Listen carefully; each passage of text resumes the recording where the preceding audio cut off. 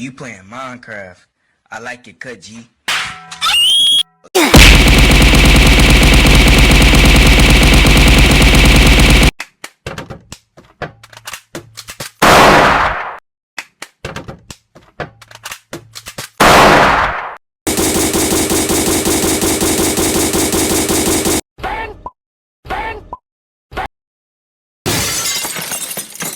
Skip it up and that up. Skip it up and that up.